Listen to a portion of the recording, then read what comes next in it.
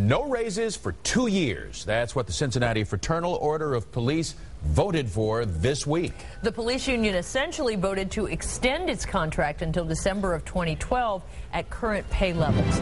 9 News reporter Jay Warren is live at City Hall tonight with a story you'll see only on 9. Jay? Well, Carol, the vote, of course, comes when the city is facing a huge budget deficit. If approved by council, it will freeze the pay at current levels and essentially avoids the negotiation process for a year and a half.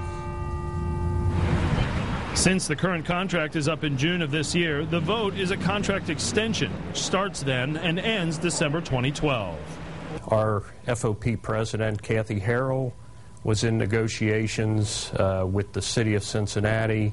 They reached a tentative agreement and thought it was best for both parties to avoid arbitration, to avoid fact-finding, and to also eliminate the negotiations part of it, which cost several hundreds of thousands of dollars. Mike Bolte retired as a captain in 2002 after 30 years. I asked him to describe how this climate compares to others.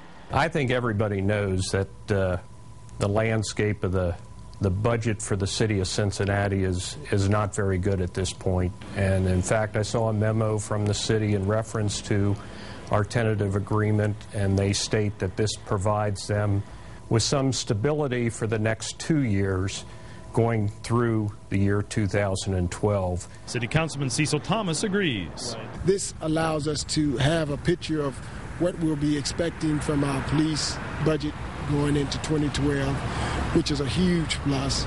That makes it a lot easier for the administration to plan other things for as it relates to the budget. Thomas says that if approved, the contract extension will be good for the city. Usually there's at least 2% increase in pay to our police and fire in those categories. And this right there saves us a tremendous amount of money. Now, not so fast, says Councilman Jeff Birding, who I spoke to over the phone tonight.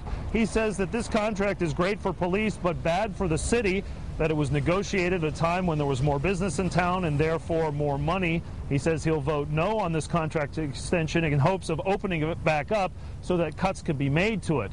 In the meantime, it is likely to go before council later on in March. Carol?